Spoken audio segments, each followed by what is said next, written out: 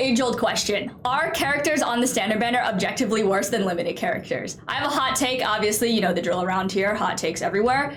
The answer is yes, because things that are valuable cost more. And if you think about it, they're basically, one, if you don't think this way, just the negative connotation kind of speaks this way for you anyway, but they're giving you the characters on the standard banner for free. Because what you do is you pull for a limited character and oops, you lost your 50-50, so they're gonna give you a consolation prize instead.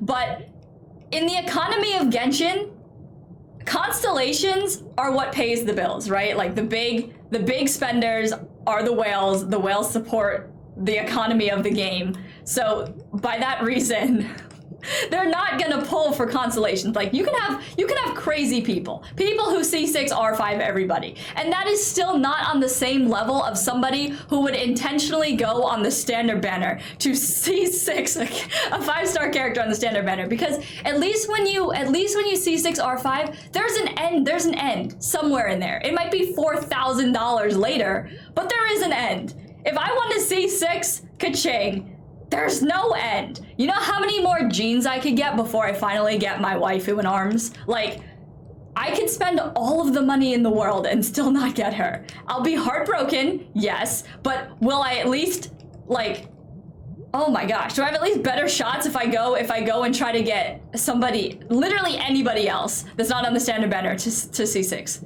Yes. So they've already alienated the people who are free to play and are gonna get her anyway, because they figure like, oh, you just have to lose your 50-50 and boom, you have a Dia. It's a NBD. So yeah, in that regard, they don't even seem like they think that she's worth wailing on to get constellations. So wouldn't that be the same for every other standard banner character? Like, yes, you can make the argument that there's standard banner characters that are decent, but there's always something better. Because if there wasn't, people wouldn't pay the money to get the constellations on the characters that are actually worth something. So that's my only reasoning. Whether or not you look at it from like an objective standpoint and look at their skills, that's different. Because honestly, I have no idea. Testing is not something that I did for this. From a financial standpoint, this makes the most sense.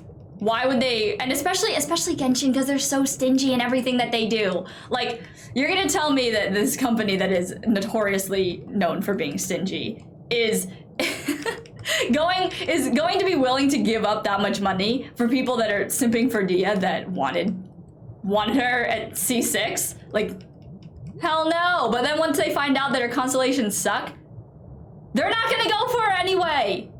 So that's why she's worse. And maybe if I wasn't playing Keqing, I could have finished this floor already.